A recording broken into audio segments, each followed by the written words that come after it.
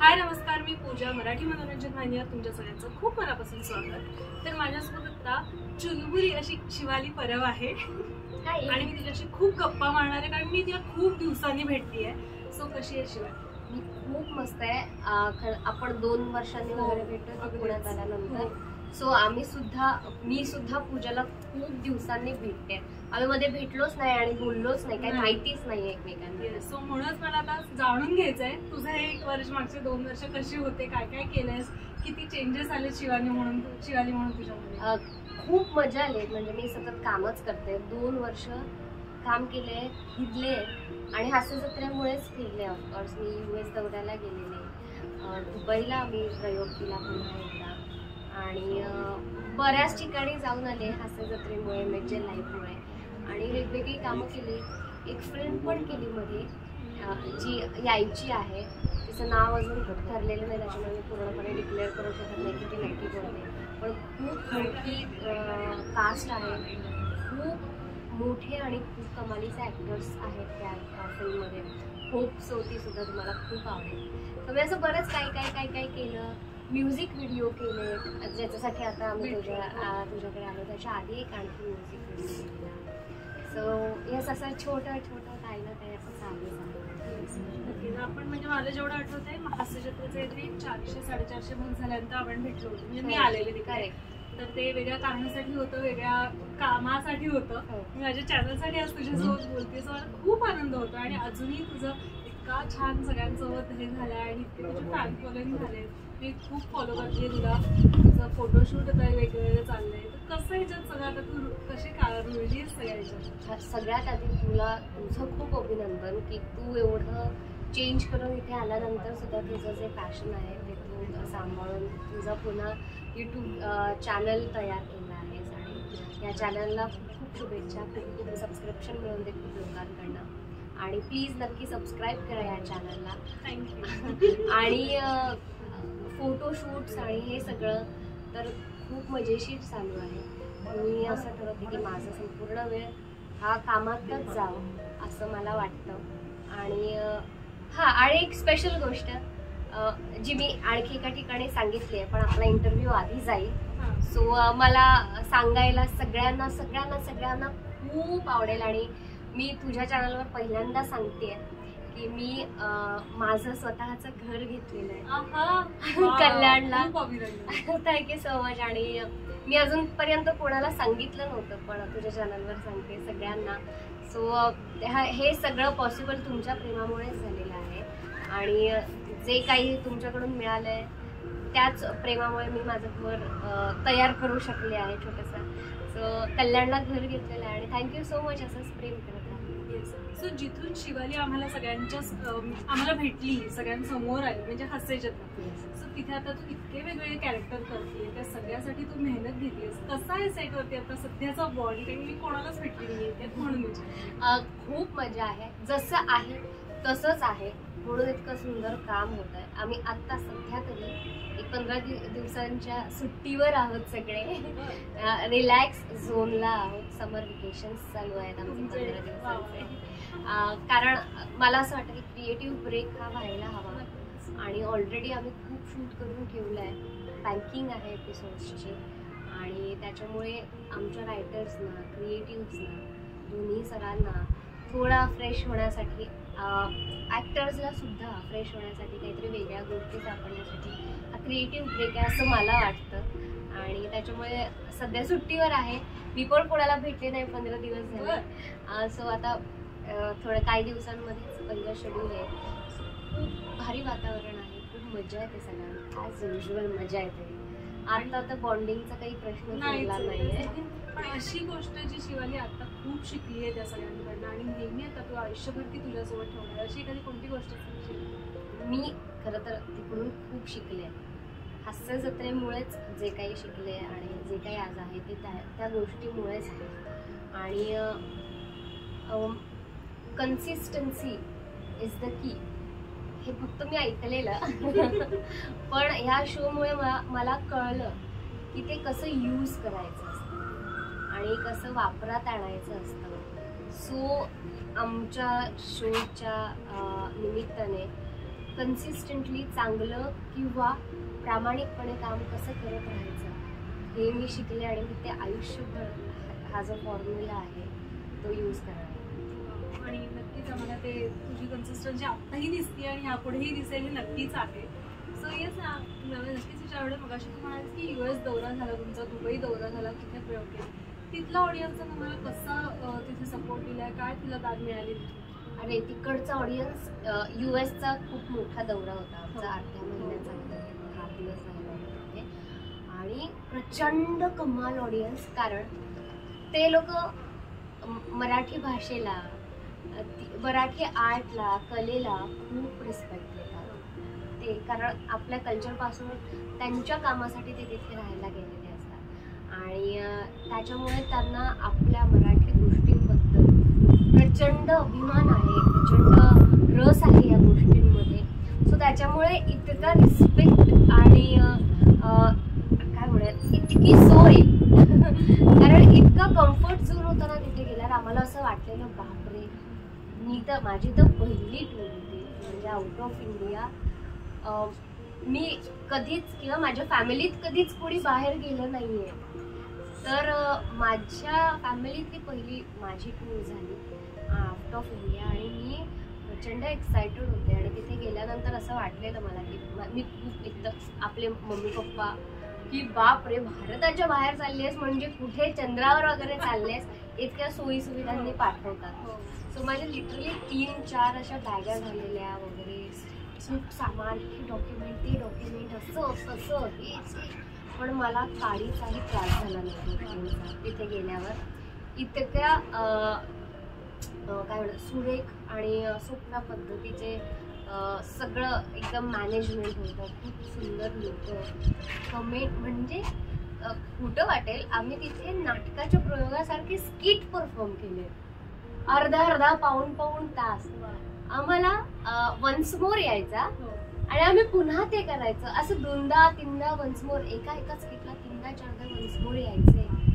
आणि असं नाही, प्रत्येक स्किटला जे आम्ही तिथे जाऊन 5-6 स्किट परफॉर्म करायचो त्या सगळ्या स्किट्सला आम्हाला वन्स मोर यायचे आणि आम्ही ते करत राहायचो. खूप किस्से आहेत, म्हणजे आम्ही मधल्या काळात खूप इंटरव्ह्यूज पण झाले त्या गोष्टींवर. तिथे सांगितलेलं पण की तिथे जरा क्लायमेटमध्ये थोडंसं चेंजेस होत राहतात, सो आमची फ्लाईट मिस व्हायची. मी ऐकले म्हणजे दुसऱ्या इंटरव्ह्यू मधलं. हो, फ्लाईट मिस व्हायची. मग आम्ही बाय रोड जायचो, मग 8-8 तास 9-9 तास बाय रोड प्रवास करायचो, उतरायचो, लगेच तयारी करून लगेच परत निघायचो. सो कमालीचं होतं ते सगळं. आणि ऑफकोर्स ते पण थांबून राहायचा एक प्रयोग होता ज्याच्यासाठी आम्ही एका ठिकाणाहून तिकडे जाणार होतो. तो 4:30चा होता, शो 4:30चा लावलेला आणि आमचं फ्लाईट झालं कॅन्सल. आम्ही काहीतरी 11-11:30चा फ्लाईट होता, जे आम्ही 1 तासात पोहोचणार होतो आणि तिथून पुढे 15-20 मिनिटं बाय रोड जे काही असेल आणि 4:30चा फ्लाईट करणार होतो. पण आमचा फ्लाईट झाला 11ला कॅन्सल आणि आम्हाला अर्ध्या-पाऊण तासाने कळलं. तर खूप आम्ही मी तर ग्रेटफुल आहे की आम्ही तेव्हा म्हणून ते डिसिजन घेतलं त्यांनी. तर पण बाय रोड तिथे गाडीतून व्हिडिओ कॉल आणि फुल स्क्रीन लावून तिथे लोकांना दाखवले की आम्ही येतोय, जाऊ नका. खोटं वाटेल 850 की 900 तिकीटं बुक झालेली आणि एकही तिकीट रिटर्न नाही गेलं किंवा माणूस परत नाही गेला. ते सगळे संध्याकाळी 8:30-9 वाजेपर्यंत थांबले. त्या तिकडच्या थिएटरवाल्यांनीही आम्हाला तो शो एक्सटेंड करून दिला, खूप जास्त मदत केली तिकडच्या लोकांनी तो शो पूर्ण होण्यासाठी. आणि आम्ही तर आम्ही माझं पहिलं स्किट असायचं मोना डार्लिंगचं, नंतर समीर दादाचं स्किट असायचं, नंतर असं लाईनअप होतं. चेतनचं स्किट असायचं ते. मग मी आणि चेतना पहिला दुसरा स्किट नव्हतं, तर आम्ही गाडीतच तयार झालो. मी तर मोना डार्लिंगचा अख्खा ते हेअर गिअर सगळं गेटअप गाडीतच केला. तिथे फक्त कपडे जाऊन चेंज करायचं पटकन आणि डायरेक्ट एंट्री घ्यायची बस. तर आम्ही गाडीतच मेकअप करून फुल खूप किस्से, खूप प्रेम, खूप गिफ्ट्स आणि खूप असंच राहू दे. असंच राहू दे, तसं कायम असंच राहू दे. सो यात एवढं सगळं छान चालू आहे, म्हणजे सगळं फॅन फॉलोइंग तेवढंच भारी असणार आहे. तर तुला अजून मग अशा कोणत्या कमेंट्स वगैरे किंवा DMs वगैरे आलेत का एखादं त्याच्यातलं फनी काय असेल तर? बरेच मेसेजेस येतात, बरेच कमेंट्स येतात. बरीच लोक फेसबुक, इंस्टाग्राम, व्हॉट्सअप याच्यावर कळवत असतात. किस्से बरेच आहेत फनी वगैरे असं. पण एक स्पेशल किस्सा आहे. मला इंस्टाग्रामवर प्रपोज येतात किंवा फेसबुकवर येतात. ते कॉमन असं नाही, पण असं येतात. तर मला मेलवर येस, आणि मला मेल मी कामासाठी माझा मेल टाकतो इंस्टाग्राम आणि फेसबुकला. तर जेणेकरून मला काम होतं, पण त्याच्यावर एक ID होतं, त्याच्यावरून असे तिला रोज मेल रोज. आणि मग तो कंटाळला, मी त्याला रिस्पॉन्स केला नाही. आणि मग त्याने I hate you पुन्हा मला मेल केले. हां, आणि मग तो दमला आणि मग त्याने बंद केलं. हो, असं एक झालं. पण ती मजा असते, ते गंमत असते. आणि मला असं वाटतं की मेसेजेसमधूनच मला कळतं की लोक आपल्यावर किती प्रेम करतात. जसं मला असं वाटतं की जसा माझा परफॉर्मन्स होतो टीव्हीवर दिसतं, आणि मग त्याच्यानंतर लोक सांगतात की आजचं काम छान झालं. सो मला असं खूप बरं वाटतं की त्यांचा मेसेज आला. माझं अशी अपेक्षा आहे की प्लीज त्यांनी सांगत राहावं मेसेजवर की माझं काम कसं आहे. सो ह्याच रिलेटेड अजून एक प्रश्न आता मला पडलाय, तो म्हणजे तुला तर सगळ्यात क्रश म्हणून किंवा तू आवडतेस म्हणून बोलतात, तुझं काय, तुझा कोणता क्रश वगैरे आहे का किंवा होता? असं काय, असं सिरियसली काय, ज्या गोष्टी आहेत त्या फारच पर्सनल आहेत.